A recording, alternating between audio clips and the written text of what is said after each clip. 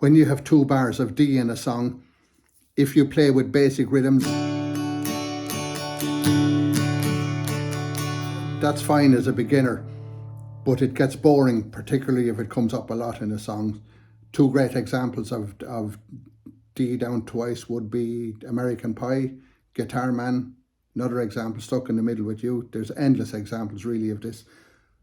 So in a lot of songs, the second D would have something added to make it more interesting. In this case, we'll go with this idea, so that the first D stays ordinary.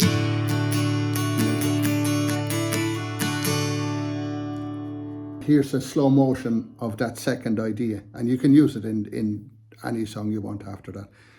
For the first strum, little finger is added on the first string, 3rd fret. Then it's taken off for the next upstroke.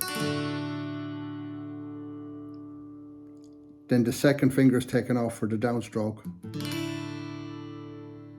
Stays off.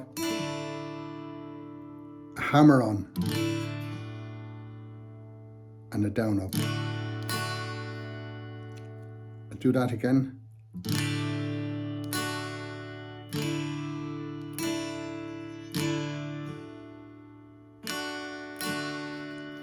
If you watch the hammer on carefully here, I'm not just hammering it on. You will see that I'm coming up and missing strings to be ready to keep this going. If you don't do that, you will end up with a little block.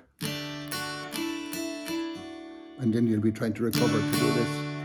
Whereas to keep it flowing,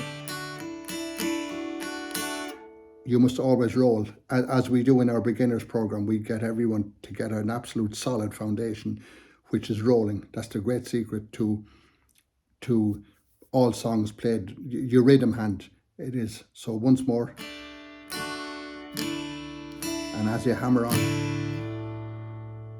the hand has come up to be in position to continue strumming.